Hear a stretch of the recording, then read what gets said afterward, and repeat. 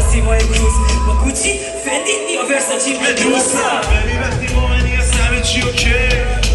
بده خوب مودش با تو لی بگو میخواد چی و کجا که همه با هم همه چی اوکیه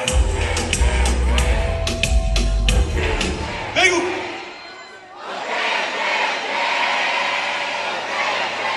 مرسی تورنتو